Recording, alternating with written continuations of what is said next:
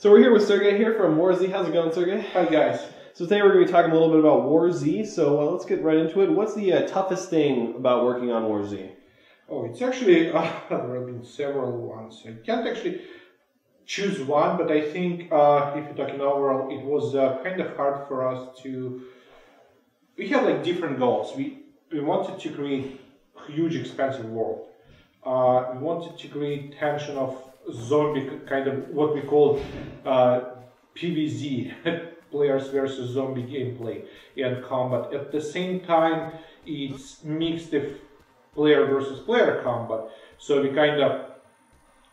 So I think toughest part for us was to make the game that have like literally healthy blend of action, because yeah, you want to have some fun in the game, and at the same time that keeps you like on your toes all the time, and you kind of scary and feel desolation and feel you are just one little human in this big world. So do you see zombies as a real threat in this game then, or are they more just a backdrop to PvP? I think they are a real threat, and they are slow.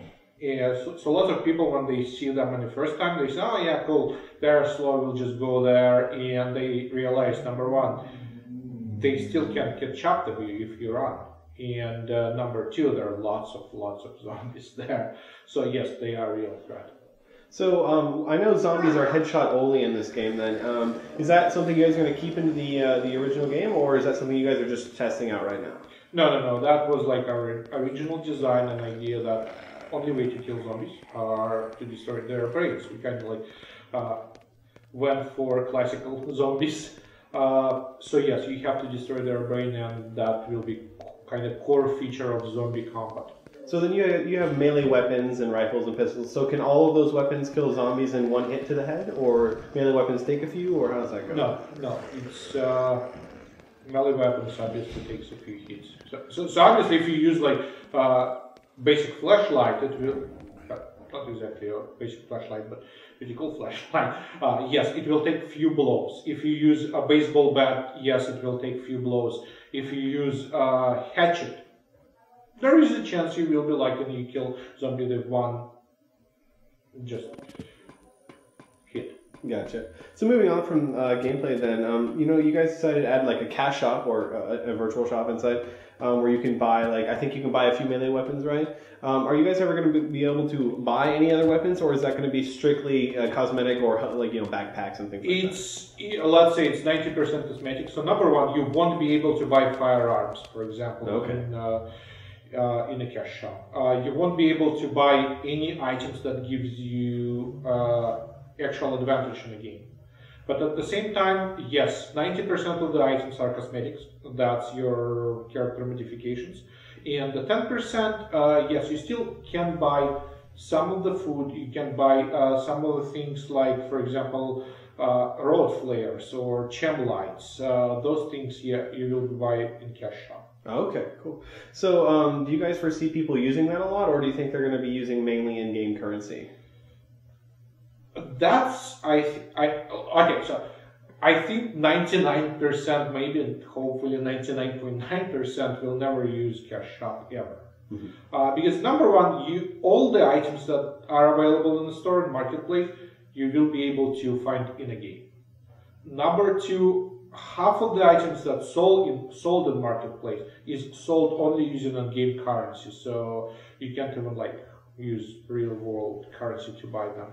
Mm-hmm. But number three is, as I said, I think most players will never even go there.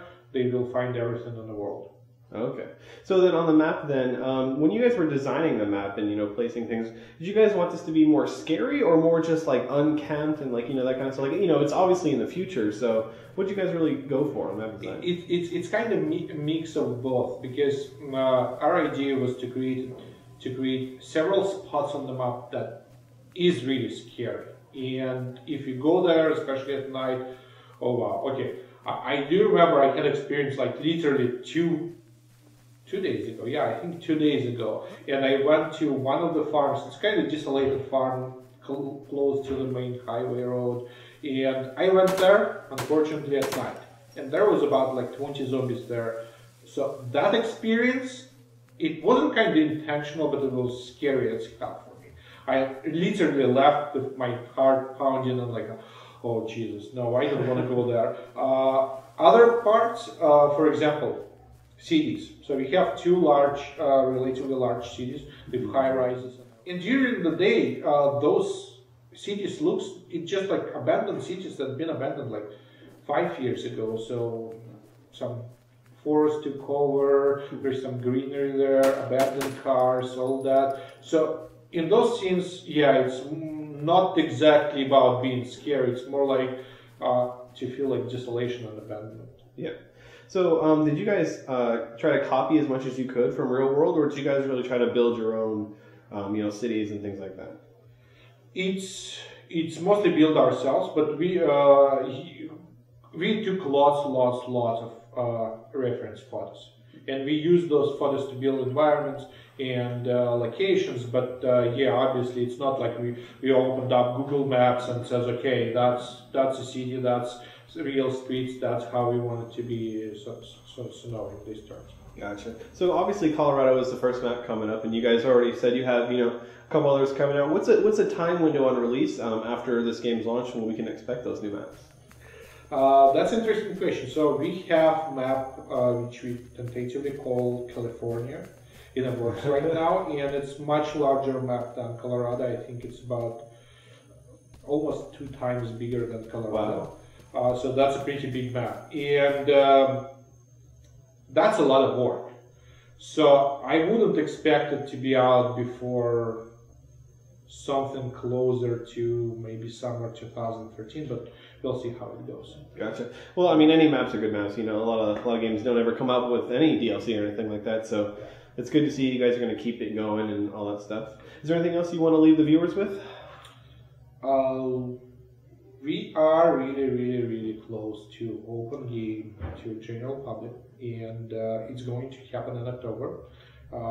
So guys, stay with us. I know that lots of you guys just waited for the last 2 months and asking us when beta will be out, when we will be able to play the game. So this wait is almost over. It's definitely October. Stay tuned. All right. Thanks very much. Thank you. Have a good one.